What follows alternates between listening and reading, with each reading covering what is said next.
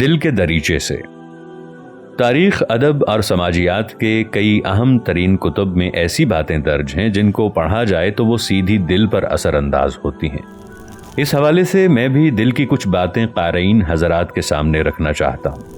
ابو البشر حضرت آدم علیہ السلام کے اللہ پاک کے حکم سے پیدا ہونے سے لے کر آج تک انسان اپنی نفسانی شہوات اور اپنی ذاتی خواہشات کے تابع رہا ہے۔ اگر دیکھا جائے تو بننا اور سنورنا انسان کی فطرت میں شامل ہے۔ خواہشات کا آنکھوں کے ذریعے دل اور دماغ تک پہنچنے سے انتشار پیدا ہوتا ہے، جبکہ آنکھوں سے دل تک پہنچنے والی اکثر خواہشات انسان کو بھٹکا دیتی ہیں، اور جب خواہشات غیر معمولی طور پر دونوں طرف سے ابھرتی ہیں تو وہ انسان کو روحانیت سے دور لے جاتی ہیں۔ اللہ رب العزت نے حضرت آدم علیہ السلام کو جب جوڑا تھا تب نفس کے ساتھ اس کا مقدر بھی بنا کر زمین پر بھیج دیا تھا۔ ایسے بہت کم لوگ ہوتے ہیں جو زندگی میں ہر ہونے والی نقل و حرکت کو تقدیر کا حصہ مان کر اللہ رب العزت کی محبت کو اپنے دل کے باغیچے میں ڈھونڈتے رہتے ہیں، اور دنیا میں بہت سارے ایسے لوگ بھی ہوتے ہیں جو نفس اور اس کی خواہشات کو اپنا مقدر بنا کر روحانی رمزوں سے دور غلامانہ زندگی بسر کرتے ہیں۔ نفس کی غلامی میں بدھا ہوا انسان خوف اور لالچ کا شکار ہو کر کاہل اور سست ہو جاتا ہے۔ ایسا آدمی ہر وقت فقط سہارے کی تلاش کرتا ہے کہ اپنے ہی گھر میں اس کے لیے کوئی ایسا بندہ موجود ہو جو اس کے حصے کا کام بھی کرے۔ عام طور پر یہ دیکھا گیا ہے کہ جو انسان اللہ پاک کی کرم نوازیوں پر خوش ہوتے ہیں اور ان احسانات کو اللہ تعالیٰ کی طرف سے ایسا تحفہ سمجھتے ہیں جو اللہ رب العزت نے خاص طور پر صرف ان کے لیے ہی بنایا ہے، تو ایسے لوگ اللہ کی بھیجی ہوئی چیزوں کا مشاہدہ کر کے ان میں اللہ پاک کا جلوہ دیکھنے کے خواہش مند ہوتے ہیں۔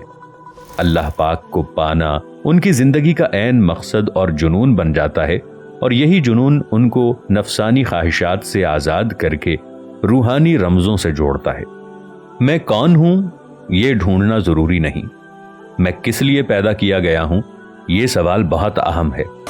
بچپن سے لے کر آج تک میری خوش نصیبی رہی کہ صوفیاء کرام اور اللہ کے ولیوں کی محفل میں بیٹھنا نصیب ہوا، اور ان سے کچھ سیکھنا میرے لیے باعث فخر ہے، کیونکہ ان کی محفل میں دیے ہوئے وقت نے میرے دل کے تاروں کو چھیڑ دیا اور میری سوچ کو اللہ کی محبت سے لبریز کر دیا، اور دل کے تار چھڑنے سے جو الاپ نکلتے ہیں ان کو الفاظ کا روپ دے کر میں نے کاغذ پر سجایا ہے۔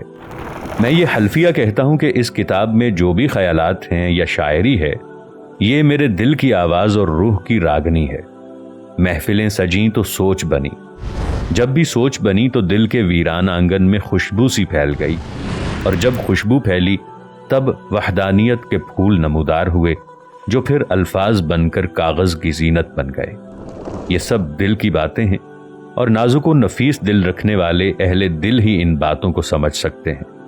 اگر میرے دل کی یہ آواز کسی اہل دل کو جگانے میں کامیاب ہو گئی تو میرا مقصد پورا ہو جائے گا۔ ناظرین، اگر آپ کو ہماری یہ ویڈیو پسند آئی ہے تو چینل کو سبسکرائب کریں اور ساتھ موجود بیل آئیکن دبا دیں تاکہ آپ کو روزانہ ہماری اپلوڈ ہونے والی ویڈیوز کا نوٹیفیکیشن ملتا رہے۔ شکریہ۔ حمد۔ امید آشا ہے عدم احد اللہ آقا تو